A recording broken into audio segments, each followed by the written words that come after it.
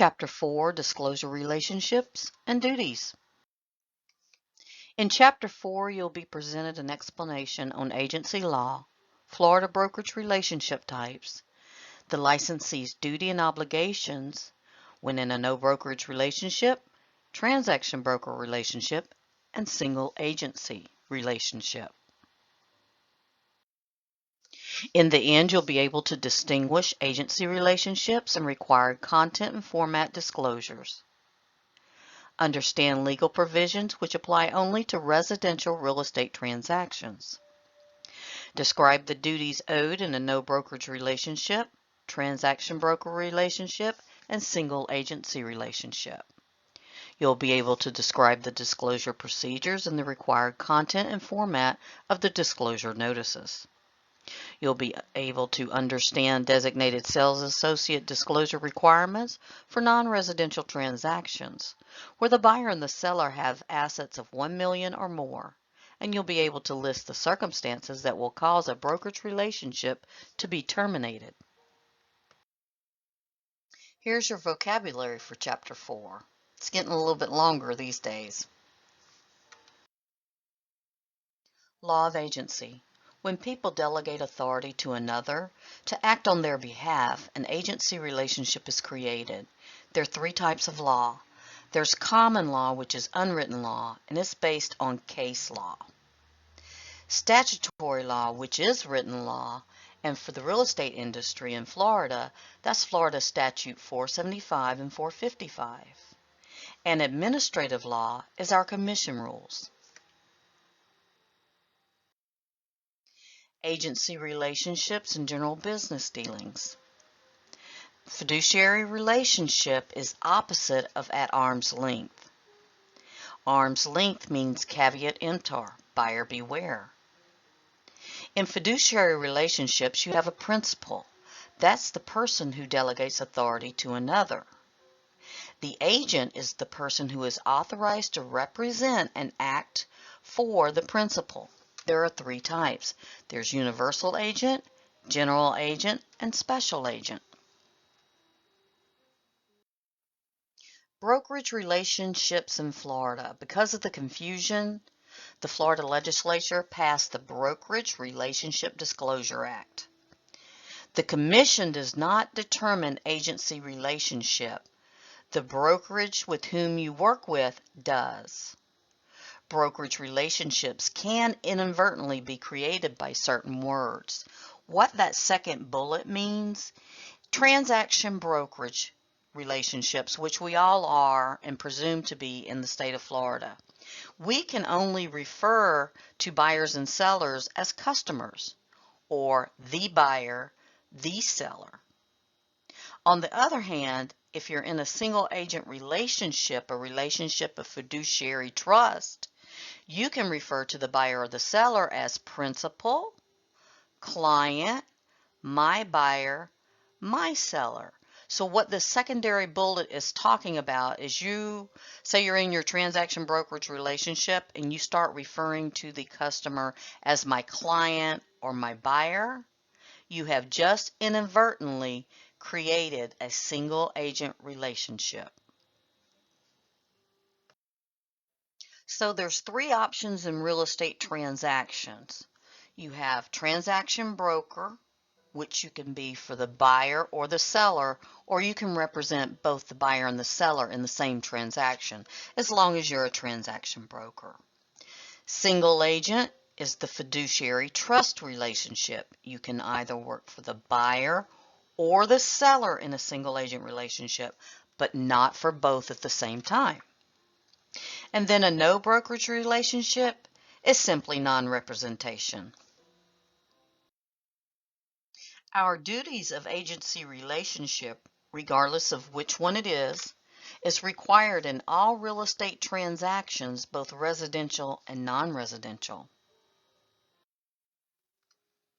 Dual agency. That's a brokerage who represents as a fiduciary both the buyer and the seller in a real estate transaction. Florida law prohibits a brokerage firm from creating a fiduciary relationship with both the buyer and the seller. And remember, fiduciary is a relationship of trust and confidence between the broker as an agent and the principal. Written disclosures required in residential sales. Remember, residential sales are 4 or fewer residential units, vacant land zone for 4 or fewer residential units, or agricultural property 10 acres or less. Disclosures do not apply to non-residential transactions, renting or leasing unless there's an option to purchase the property with 4 or fewer units. Disclosures do not apply to auctions, appraisals, or business opportunities. Transaction broker relationship presumed. Under Florida law, it's presumed licensees are operating as transaction brokers unless a single agent or no brokerage relationship is established. The broker is who ultimately determines agency relationship. A transaction broker disclosure is not required. What this is telling you is that if the customer, yourself, your broker, if it's anything other than a transaction brokerage relationship, it gets switched to single agent relationship or no brokerage relationship. You must give the duties, the relationship disclosure in writing to the customer. Transaction broker relationship provides limited representation to the customer, buyer, seller, or both. It does not represent either the buyer or seller as a fiduciary single agent. The duties of a transaction broker are to deal honestly and fairly, account for all funds, use skill, care, and diligence in the transaction, disclose all known facts that materially affect the value of real property that are not readily observable, timely present all offers and counteroffers, exercise limited confidentiality unless waived in writing by a party, and perform additional duties mutually agreed to. In a transaction brokerage relationship, the parties give up their rights to undivided loyalty. Limited representation allows a licensee to assist both the buyer and the seller in the same transaction. Licensees cannot represent one party to the detriment of another party. And they're not required to give customers the written transaction broker notice, but still have the duties of a transaction broker. Single agent relationship, that's a broker who represents as a fiduciary, remember that's in trust, looking out for their best interest, either the buyer or the seller, but not both in the same transaction. Principal is the party, the client, whom the licensee has entered into the single agent relationship. Customers are not responsible for actions of a transaction broker, but they are of a single agent. Duties of a single agent: account for all funds, disclose all known facts that materially affect the value of residential real property that are not readily observable, deal honestly and fairly, confidence, obedience, loyalty, full disclosure, skill, care, and diligence in the transaction, and timely present all offers and counteroffers. The 4 things that single agent's duties are that the other ones do not have can be remembered by the acronym COLD, C-O-L-D, confidentiality, obedience, loyalty, and full disclosure. Now, do not get full disclosure mixed up with material disclosure.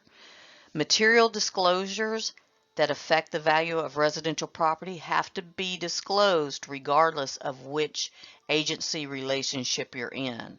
The full disclosure is the things that are in confidence that will put the customer, your client, in a better bartering position. Subagents. The broker is an agent of the principal, and the sales associates are general agents of the broker and sub-agents of the principal. Sales associates owe the same fiduciary obligations to the principal as does the broker. This third bullet is referring to if you work in an office with several agents and one of the agents takes a listing in a single agent relationship, because it's ultimately the broker who determines the relationship, that means that all sales associates that work for that broker is owing to that customer, that client, fiduciary responsibilities. So that means that you cannot show the house as a transaction broker to a customer that may call you. Duties in a no brokerage relationship. You need to account for all funds entrusted to the licensee, deal honestly and fairly, and disclose all known facts that materially affect the value of residential property that are not readily observable to the buyer. That acronym is ADD. ADD. Disclosure requirements. Duties must be described and disclosed in writing for single agent and no brokerage relationships. They can be included in the listing agreement, and there is a signature inserted following the disclosure. Single agent disclosure must be given before or at the time of entering into a listing agreement or before showing a property. The no brokerage notice must be before showing property. Exceptions to the disclosure requirements. If a licensee knows that a single agent or a transaction broker represents the buyer or the seller. Bona fide open house or model showing. Unanticipated casual encounters. Responding to general questions of advertised properties. Communications concerning your services. Or when selling new residential units built by the owner. Transition from single agent relationship. Remember I told you if there is an agent who took a listing in your office as a single agent, that because the broker is who contracted with the customer or the client, that everyone in the office owes single agent duties, which is the trust duties, to that customer. And you cannot show a house in a transaction brokerage relationship with that being listed in a single agent.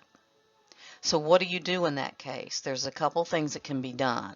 One is transition from a single agent relationship. That notice is called consent to transition to transaction broker notice. Florida Statute 475 permits a licensee to change the relationship from a single agent to a transaction broker. This form is one that has to be signed before the change can be implemented. Now, another way that a person in the office could show somebody's listing who is a single agent would be to get their customer to sign a no brokerage relationship. That would put that customer on notice that the brokerage represents the lister, the listing person, as a single agent and owes those fiduciary duties to that person. Designated sales associates. That's for non-residential transactions only. The buyer and the seller each must have $1 million in assets.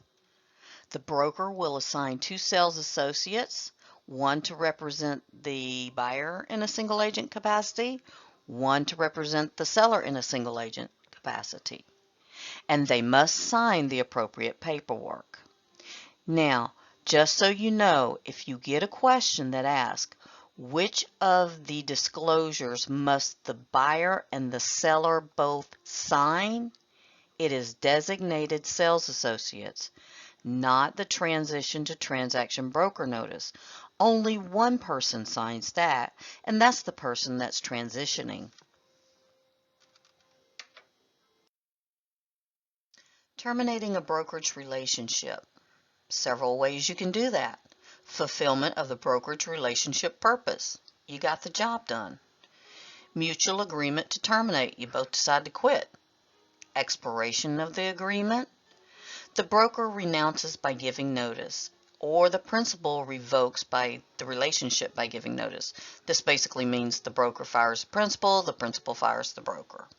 Okay? It could be death of the broker, destruction of property or eminent domain, or it could be bankruptcy of the principal or the customer. Record keeping and retention. Brokers must retain agreements that engage their services for 5 years. Brokers must retain brokerage relationship disclosure documents for 5 years. All residential transactions that result in a written contract, and this does include files of properties that fail to close.